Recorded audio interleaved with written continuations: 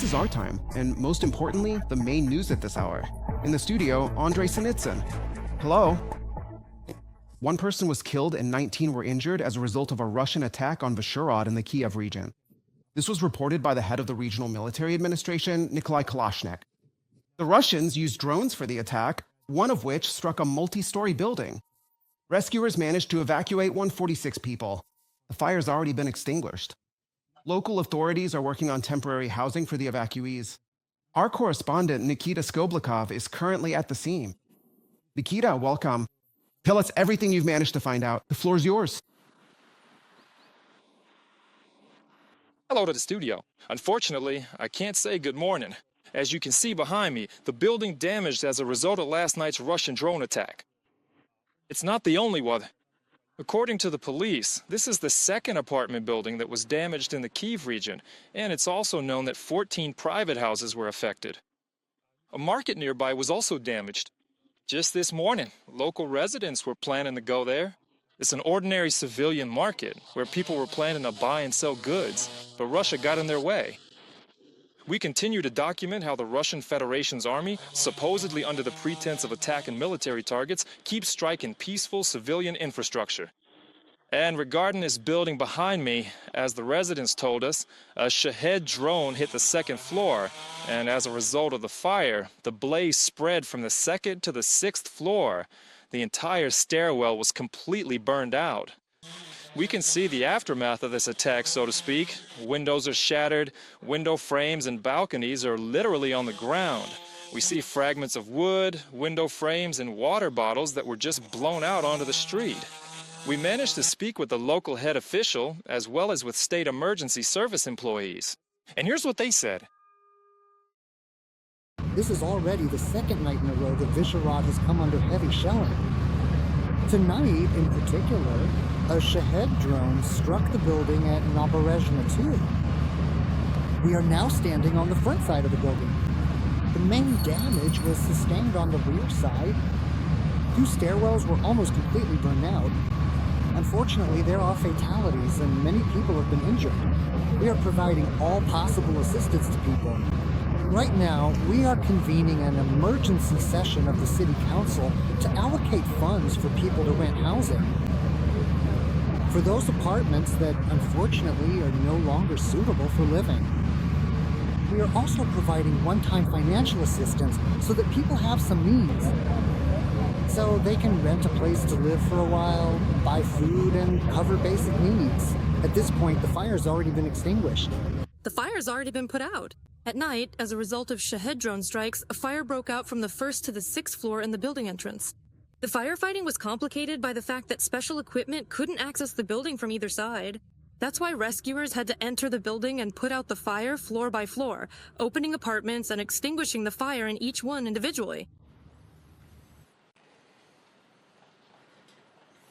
It is known that there's 1 fatality in this building.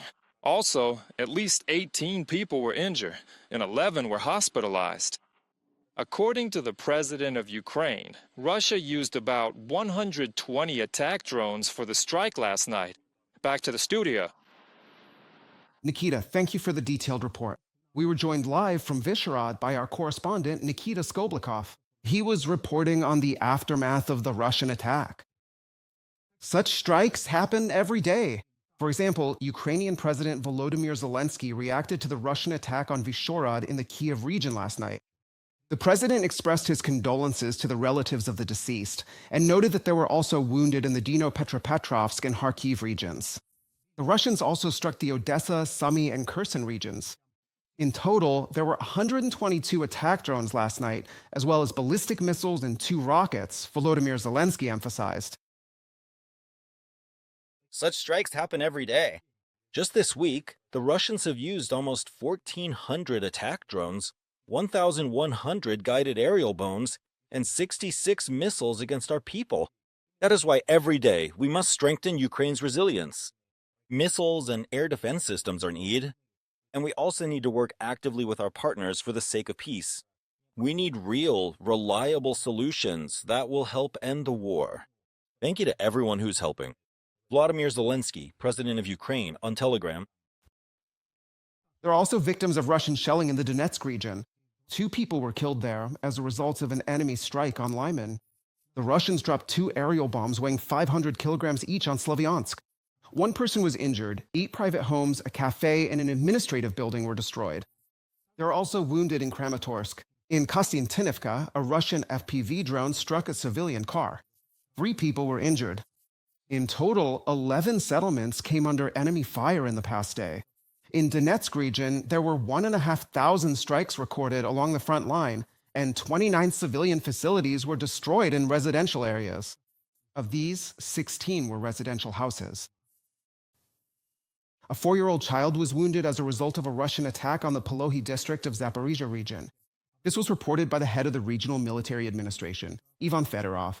According to him, Russia shelled the region more than 500 times in the past day alone. For the attack, the aggressor used aerial bombs, drones, artillery, and MLRS. Rescuers received about 20 reports of damage to homes and infrastructure facilities. 2 people were wounded as a result of an attack by the Russian Federation on the Dnipropetrovsk region. This was reported by the State Emergency Service of Ukraine. 4 districts of the region came under attack. For the attack, the Russian Federation used drones. As a result of the shelling, private and multi-story houses, as well as passenger cars, caught fire. The Nikopol district also came under shelling. There, gas pipelines and a power line were damaged.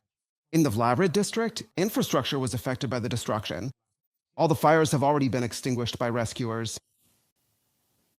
The Kharkiv region was also shelled by the Russians. A 52-year-old man was wounded there. Strikes from 2 drones hit the private sector. Fires broke out. A residential house and an outbuilding were burning. 15 rescuers and 4 pieces of equipment were involved in dealing with the aftermath of the attack. 2 people were also injured in Kasachalopon. A Russian strike hit a civilian car. The injured were hospitalized. Last night, the Russian Federation launched 2 Iskander-M ballistic missiles and 122 Shahed-type attack drones at Ukraine, Jaren, and other drone modifications as well. This was reported by the Air Force of Ukraine. According to preliminary data, 104 Russian UAVs were shot down or suppressed by electronic warfare systems.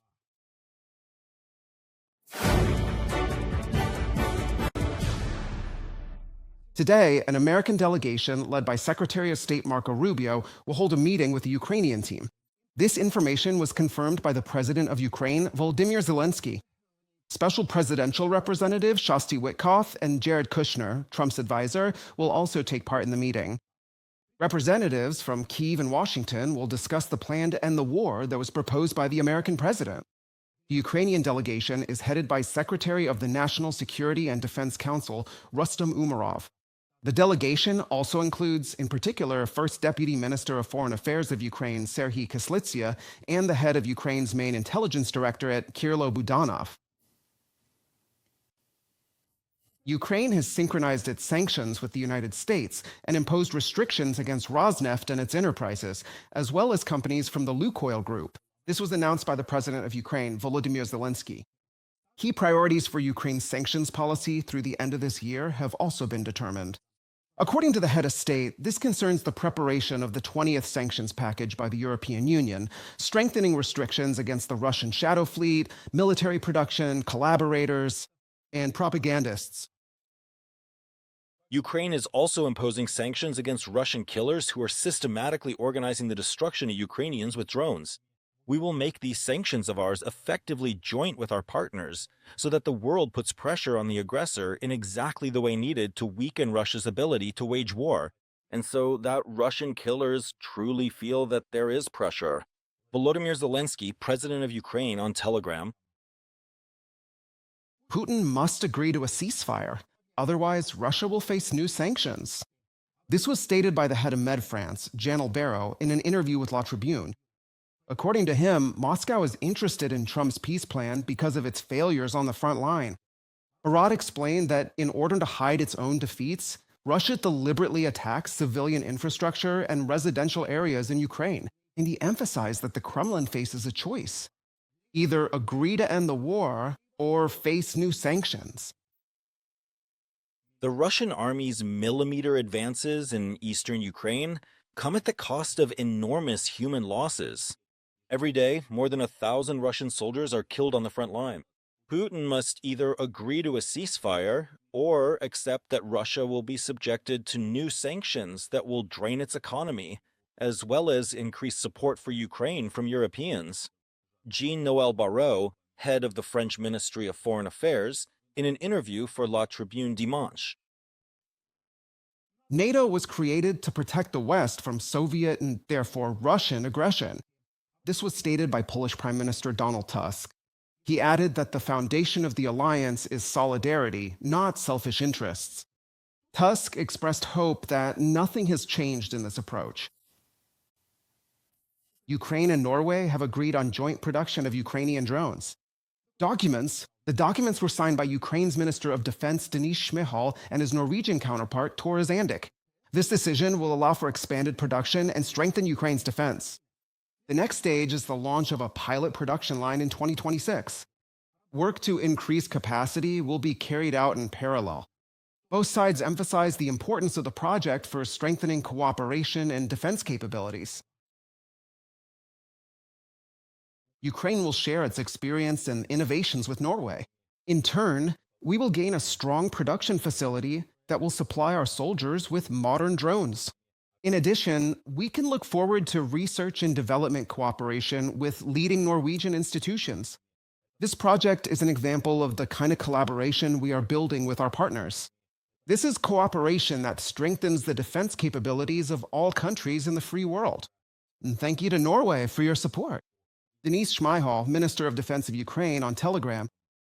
Subscribe to The Gaze and stay updated on the most important events, top news from Ukraine and all over the world, in-depth analysis, exclusive reports and interviews, all on hand in our channel. Join our community of viewers and stay tuned.